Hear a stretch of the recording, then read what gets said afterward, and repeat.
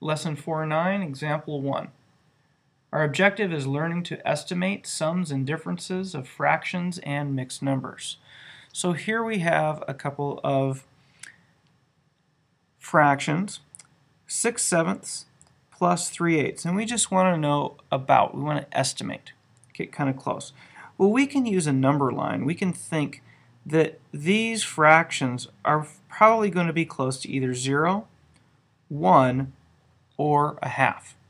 So I want to think 6/7, is that close to 0, half, or 1?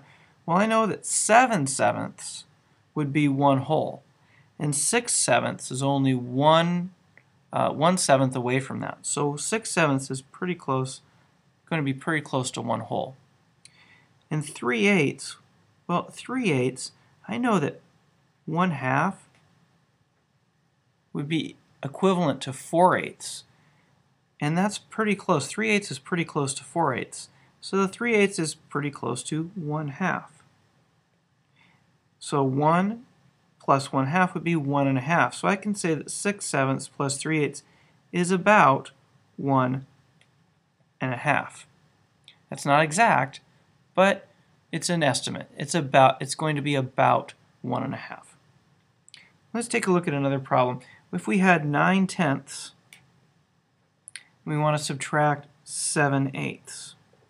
Well, if we don't need to find an exact, or if we want to just get an estimate so that when we find our exact answer we know if we're on the right track or not, I again can think about, are these fractions close to 0, 1/2, or 1? Well, 9/10. Well, I know that 10/10 would be equal to a whole. 9/10 is only 1 away from that. So 9/10 is going to be very close to 1. So I'm going to think of 9/10 as 1. 7/8.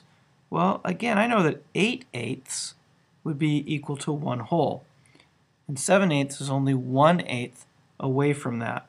So 7/8 is also going to be close to 1 whole. So if I think of both of these as whole, 1 whole minus 1 whole would be 0. So I can think that 9/10 subtracting out 7/8 is going to be very close to 0. Is it going to be exactly 0? No. Probably going to be a little bit above 0, but it should be very close. It should be my solution to this, if I were going to find the exact answer, should be closer to 0 than it should to 1/2, for example.